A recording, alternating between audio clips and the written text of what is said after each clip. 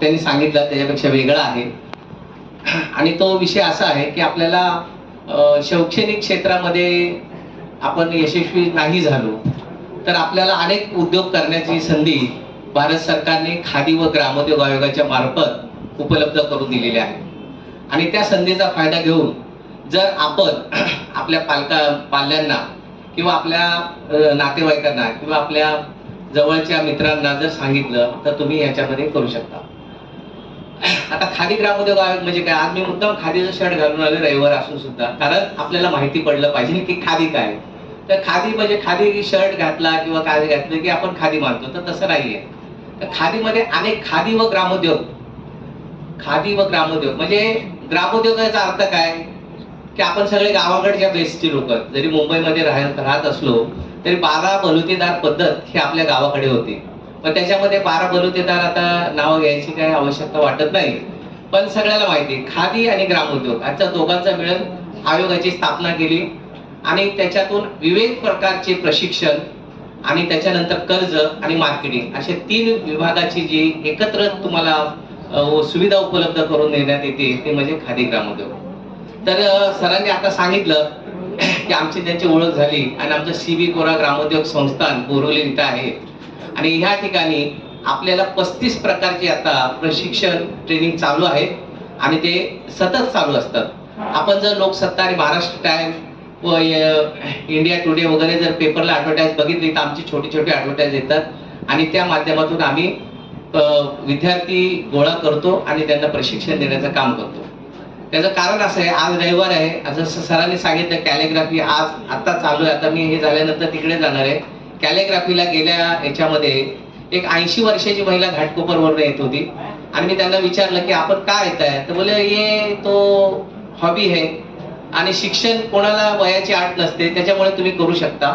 सांगायचं तात्पर्य असं की छंद जोपासणं आणि त्यातनं अर्थार्जन करणं ह्या 2 गोष्टी वेगळ्या आहेत. तर खादी ग्रामोद्योग आयोगामध्ये आता 35 प्रकारचे प्रशिक्षण चालू आहे. त्याच्यामध्ये मेहंदी आहे, त्याच्यामध्ये रांगोळी आहे, त्याच्यामध्ये टेलरिंग आहे, त्याच्यामध्ये अगरबत्ती आहे, डिटर्जंट पावडर आहे आणि मसाला, बेकरी, इन्व्हिटेशन ज्वेलरी अशा वेगवेगळ्या प्रकारचे वेगवेगळे प्रशिक्षण दिले जातात. आणि त्यातून मग तुम्ही प्रशिक्षण घेऊन त्याच्यानंतर कर्जासाठी ऍप्लिकेशन करू शकता. आणि ते जे आहे ते ऑनलाईन ऍप्लिकेशन मला वाटतं याच्या हे डायरेक्टर कॅपॅसिटी बिल्डिंगचं आहे, त्याच्यामध्ये ऑल इंडियाचं ट्रेनिंगचं आहे. तर ती PMEGP ची जर वेबसाईट जर बघितली, PMEGP ऑनलाईन ऍप्लिकेशन, तर ह्याच्यामध्ये आपल्याला 3 प्रकार असं आहे की प्रशिक्षण ज्या विषयाला आपल्याला उद्योग सुरू करायचा असेल त्या विषयाचं प्रशिक्षण घ्यायचं. त्याच्यानंतर तुम्हाला उद्योग सुरू करायचा असेल तर पंतप्रधान रोजगार निर्मिती कार्यक्रमाच्या अंतर्गत तुम्ही बँकेवर प्रोजेक्ट बनवून त्याच्यासाठी ऍप्लिकेशन करू शकता. आणि त्याच्यानंतर तुम्हाला तुमच्या वस्तूचं उत्पादन करण्यासाठी मार्केटिंगसाठी देखील आमच्याकडे सुविधा उपलब्ध आहे. तर पहिल्यांदा आपण प्रशिक्षणाचं तुम्ही सीबी कोराचं फेसबुक जर ओपन केलं तर त्या फेसबुकवरती आमच्या सगळ्या कोर्सेसची फी, ड्युरेशन आणि कधी सुरू होणार याचा 3 महिन्याचा ऍक्शन प्लॅन दर 3 महिन्याने आम्ही अपलोड करत असतो. तर हे जे झाल्यानंतर तुम्हाला पैशाची आवश्यकता आहे, कर्ज घ्यायचंय आणि कर्जासाठी तुम्हाला जर इकडे तिकडे न जाता आमच्या prime minister employment generation scheme PMEGPच्या अंतर्गत तुम्ही हे करू शकता. त्याच्यासाठी हा असा एक फॉर्म आहे आणि ह्याच्यासाठी ही जी साईट आहे डाव्या साईडला ह्याच्यामध्ये लिस्ट ऑफ डॉक्युमेंट आहे. तुम्हाला उद्योगासाठी लागणारे जे काही कागदपत्र आहेत ही 19 ते 20 प्रकारचे कागदपत्र ग्रामीण भागासाठी आणि शहरी भागासाठी कमी असतात. तर हा फॉर्म आहे, हा फॉर्म फिलअप करायचा आहे. याच्यामध्ये तुम्हाला पहिल्यांदा एजन्सी एक येते. याच्यामध्ये एजन्सी म्हणजे काय, खादी ग्रामोद्योग आयोग KVIC, महाराष्ट्र खादी ग्रामोद्योग मंडळ आणि जिल्हा उद्योग केंद्र DIC, KVIC आणि KVIB ह्यापैकी तुम्ही 3 पैकी एकाचं तुम्ही सिलेक्शन करू शकता. त्यानंतर तुम्ही जिथे उद्योग स्थापन करणार आहे ती जागा तुमची आहे, स्वतःची आहे, भाड्याची आहे की डोनेशन प्रकारची आहे, अशा प्रकारचं ते भरायचं आहे. त्याच्यानंतर एजन्सी सिलेक्शन झाल्यानंतर स्टेट आहे, डिस्ट्रिक्ट आहे, त्यानंतर तुमचं जे आहे वय जे काय आहे ते, आणि स्पेशल कॅटेगरी म्हणजे SC ST OBC वगैरे नॉट ॲप्लिकेबल ते जे आहे ते. आणि हे अशा प्रकारचं जे तुम्हाला हा फॉर्म आहे, हा फॉर्म फिलअप करायचा आहे. याच्यामध्ये काय मोठी गोष्ट नाहीये, फक्त तुम्हाला त्याचा जो आहे प्रोजेक्ट रिपोर्ट तयार करून याच्याबरोबर आणि जी कागदपत्र आहेत आणि कागदपत्र तुम्ही ते त्याच्याबरोबर सबमिट करायचे. हे जी सगळी प्रक्रिया आहे ही ऑनलाईन प्रक्रिया आहे. कुठल्याही अधिकाऱ्याकडे जायची गरज नाही, कुठल्याही अधिकाऱ्याची हजी करायची गरज नाही किंवा त्याला भेटण्याची काय देवाण घेण्याची गरज नाही. ही सगळी प्रक्रिया ऑनलाईन आहे. फक्त तुमचा प्रोजेक्ट जो आहे हा प्रोजेक्ट व्यवस्थित असला पाहिजे आणि त्या प्रोजेक्टचं तुम्हाला ते व्हॅल्युएशन कळलं पाहिजे. समजा तुम्ही मसाल्याचा प्रोजेक्ट केला आणि त्या प्रोजेक्टची किंमत 10 लाख रुपये आहे आणि तुम्ही बँकेत गेला, तर बँकेचं नाव पण आहे, बँकेचा IFSC कोड नंबर आहे. त्या बँकेची जाऊन चौकशी केली पाहिजे, बँकेच्या मॅनेजर बरोबर डिस्कस केलं पाहिजे की माझा हा प्रोजेक्ट मसाल्याचा आहे आणि मला 10 लाखाची आवश्यकता आहे. तर तुम्ही त्याच्यावरती विचार करा. तो बँक मॅनेजर बोलेल तुम्ही पहिल्यांदा प्रोजेक्ट सादर करा, आम्ही बघू. त्याच्यानंतर त्याला ज्या वेळेला तुम्ही हा प्रोजेक्ट सबमिट करता, ऑनलाईन ऍप्लिकेशन सबमिट करता, त्याच्यावरती तुम्हाला एक ID कोड येतो. सगळ्यात वरती ID कोड नंबर येतो आणि हा ID कोड तुम्ही जी एजन्सी सिलेक्ट करता त्या एजन्सीच्या अधिकाऱ्याकडे, समजा KVICचं जर तुम्ही एजन्सी सिलेक्ट केली KVIC, तर ते आमच्याकडे येणार, म्हणजे खादी ग्रामोद्योग आयोगाकडे. जर तुम्ही DIC केली तर DIC कडे जाणार आणि जर KVIB केली तर त्यांच्याकडे. आणि बँकेच्या मॅनेजर जी बँक तुम्ही सिलेक्ट कराल त्या बँकेच्या अधिकाऱ्याकडे तो ID कोड जाणार आणि तुमच्याकडे. हे 3 लोकांकडे तो ID कोड जातो. त्याच्यानंतर तुम्ही बँक मॅनेजरकडे जायचं, बोलायचं हा ID कोड माझा आहे आणि ह्या तुम्ही ऍप्लिकेशन बघा. त्याच्यानंतर त्याला जर वाटलं वायबल तर तो ॲज इट इज त्याची जी काय प्रोसिजर असेल बँक मॅनेजरची, ती बँक मॅनेजरची प्रोसिजर तो सिलेक्ट करून, किंवा त्याला वाटलं की बाबा तुम्हाला 10 लाखाची आवश्यकता नाही, तुम्हाला 8 लाख देऊ, तर ते त्याला तो बँकेचा अधिकार आहे आणि त्या बँकेच्या अधिकारामध्ये ते करू शकतो. हे झाल्यानंतर बँक मॅनेजर तुम्हाला फक्त पहिल्यांदा मंजुरीचं पत्र देतो. ते मंजुरीचं पत्र घेतल्यानंतर तुम्ही एक ऑनलाईन आपल्या EDP ट्रेनिंग असतं, EDP entrepreneur development training programme, म्हणजे तुम्ही यशस्वी उद्योग कसा सुरू करायचा, त्याला लागणारी आवश्यकता काय, म्हणजे काय काय असतं, तर त्या EDP ट्रेनिंगचं ते देखील ऑनलाईन आहे. तुम्ही EDP सर्च केलं आणि तुमचा ID कोड त्याच्यामध्ये जर इनपुट केला, म्हणजे सबमिट केला, तर तुम्हाला तो प्रोग्राम EDPचा येईल. तो देखील दिवसाला 3 दिवस 10 दिवस तुम्ही तो प्रोग्राम बघायचा. त्याच्यामध्ये वेगवेगळ्या प्रकारचे तुम्हाला प्रश्न विचारतील तुमच्या उद्योगासंदर्भात. त्या उद्योगाची तुम्ही जर उत्तरं दिली आणि उत्तरं दिल्यानंतर तुम्ही जर 70 ते 60% वरती तुमचा स्कोर असला तर तुम्हाला ऑनलाईन सर्टिफिकेट जनरेट होतं. ते ऑनलाईन सर्टिफिकेट घेऊन तुम्ही बँक मॅनेजरकडे जायचं आणि त्यांना सांगायचं मी EDP ट्रेनिंग कंप्लीट केले. त्याच्यानंतर तुम्हाला जे पैसे आहेत EDP आपलं PMEGPचे ते डिस्बर्स होतात आणि डिस्बर्स झाल्यानंतर मग तुम्ही तुमचा उद्योग सुरू करू शकता. तर हे EDP आपलं PMEGP जी स्कीम आहे, ह्याच्यात सगळ्यात मोठी गोष्ट अशी आहे की SC ST OBC मायनॉरिटी हे आणि हिल अँड बॉर्डरच्या लोकांकरिता ओन कॉन्ट्रिब्युशन 5% आहे आणि भारत सरकारची सबसिडी आहे ही ग्रामीण भागात 35% आहे. म्हणजे 40% ओन कॉन्ट्रिब्युशन 5% आणि 35% सबसिडी. 40%ला तुम्हाला रेट ऑफ इंटरेस्ट द्यावा लागत नाही. फक्त 60%ला जो रेट ऑफ इंटरेस्ट आहे जो काय बँकेचा असेल तो तुम्हाला पे करावा लागतो. आता हे कधी पे करावा लागतो, ज्या दिवशी तुमची सबसिडी तुमच्या नावावरती बँकेत जमा होते त्या दिवसापासून तुम्हाला 60%ला तो रेट ऑफ इंटरेस्ट द्यावा लागतो. तोपर्यंत तुम्हाला 95%ला रेट ऑफ इंटरेस्ट द्यावा लागतो. ही सबसिडी तुमच्या खात्यावरती किती दिवसात जमा होते, तर कमीत कमी 3 महिन्यात, आणि ते देखील ऑनलाईन. कुठल्या अधिकाऱ्याकडे जायची गरज नाही. बँकेतला तुमचे जे कागदपत्र आहेत ते सबमिट करायचे. सबमिट केल्यानंतर तो एक क्लेम फॉर्म असतो, तो क्लेम फॉर्म भरायचा, तो बँक मॅनेजर आमच्या एजन्सीला पाठवलं आणि 3 महिन्यामध्ये तुमच्या नावावरची सबसिडी. मुंबईसाठी काय आहे की मुंबईसाठी 25% सबसिडी आहे, 5% ओन कॉन्ट्रिब्युशन आहे, म्हणजे 30%ला रेट ऑफ इंटरेस्ट द्यावा लागत नाही. 70%ला जो आहे हा जो शहरी भागामध्ये, मुंबई म्हणण्यापेक्षा शहरी भागामध्ये 70% आणि ग्रामीण भागामध्ये हे 60%ला तुम्हाला रेट ऑफ इंटरेस्ट द्यावा लागतो. हे या योजनेचं फार मोठं अचिव्हमेंट आहे. ही योजना आहे संपूर्ण भारतामध्ये ह्याचं कार्यान्वयन झालेलं आहे आणि 2008 पासून ही योजना संपूर्ण भारतामध्ये सुरू आहे. तर ही PMGP योजनेचा तुम्ही फायदा घेऊ शकता. या योजनेमार्फत तुम्ही तुमचे चांगले उद्योग सुरू करू शकता ग्रामीण आणि शहरी भागामध्ये.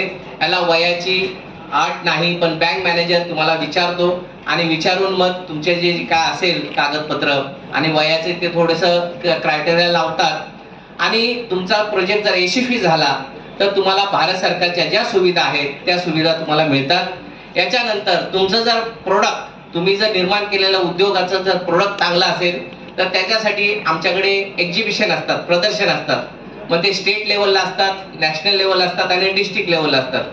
जे देशभर नॅशनल लेवलचे जे एक्झिबिशन असतात ते 1 महिन्याचे असतात, स्टेट लेवलचे 15 दिवसाचे आणि जे डिस्ट्रिक्ट लेवलचे जे 10 दिवसाचे हे एक्झिबिशन असतात, प्रदर्शन असतात.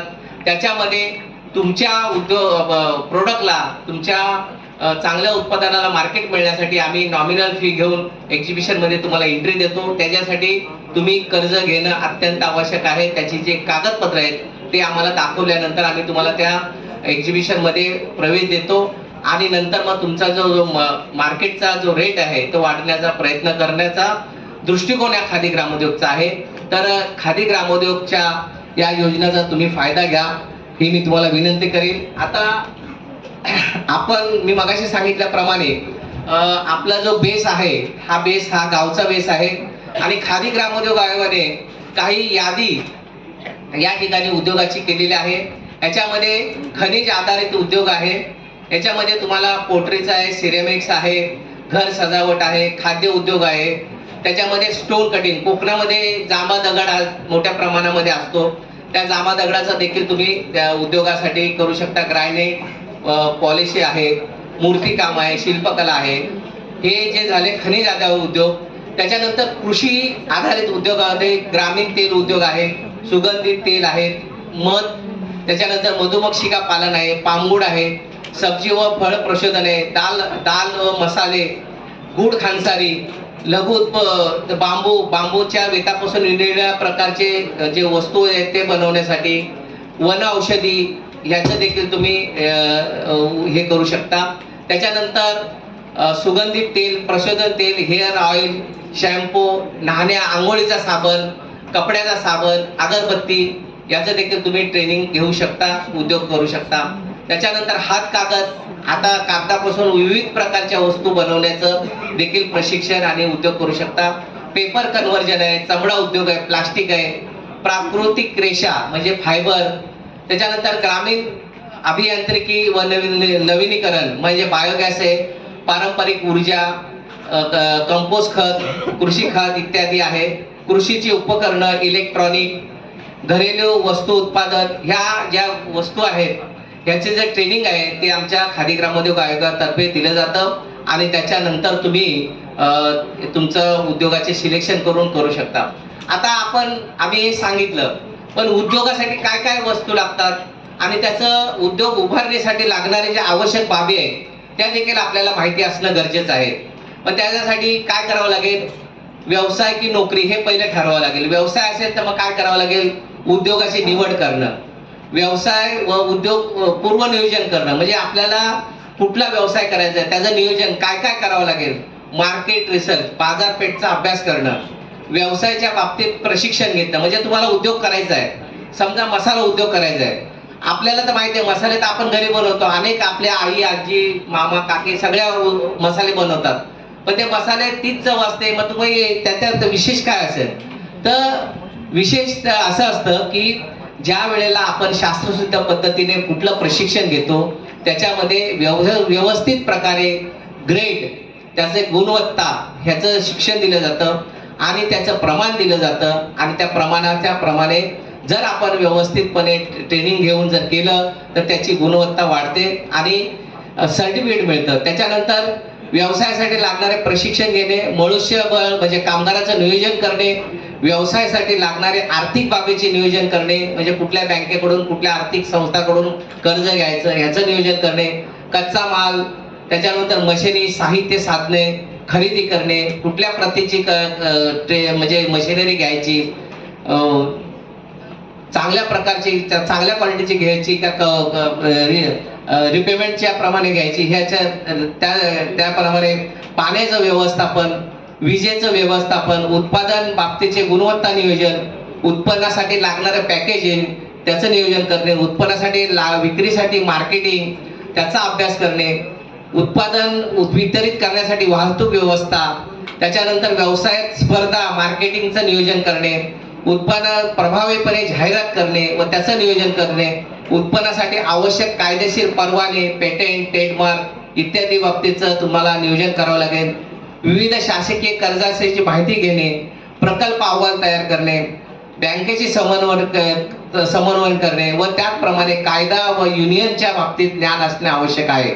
तर ह्या सगळ्या बाबींचा जर आपण विचार केला आणि आपण एक विशिष्ट प्रकारचा उद्योग करण्याच्या दृष्टिकोनातून जर नियोजन केलं तर आपण निश्चितपणे आपला उद्योग चांगला करू शकतो किंवा जो उद्योग असेल त्याच्यामध्ये विस्तार करू शकतो आणि आपली जी आर्थिक बाब आहे ती आर्थिक बाब अधिक प्रभावीपणे आपण त्याचं नियोजन करून अधिक उत्पादन मिळवू शकतो. आणि हे उत्पादन करत असताना आपल्या सामाजिक दृष्टिकोनातून त्याचा देखील भान ठेवला पाहिजे. मी या ठिकाणी PMGP चे 2 पेपर्स व आमचे जे CB कोराचं जे ब्रोशर आहे ते मी सरांकडे देईल. जर कुणाला आपल्याला त्याची आवश्यकता वाटली तर जरूर CB कोरा खादी ग्रामोद्योग संस्थांच्या मार्फत आपण ट्रेनिंग करू शकता आणि कर्जाचं नियोजन करू शकता, मार्केटिंगचं नियोजन करू शकता आणि आपल्या जे आहे सुखसुविधा वाढवण्याचा प्रयत्न करू शकता. मी माझं वाणीला पूर्णविराम देतो. आपण मला बोलवलं, माझा सत्कार केला, माझं म्हणणं ऐकून घेतलं त्याबद्दल खूप खूप मनापासून धन्यवाद. जय महाराष्ट्र.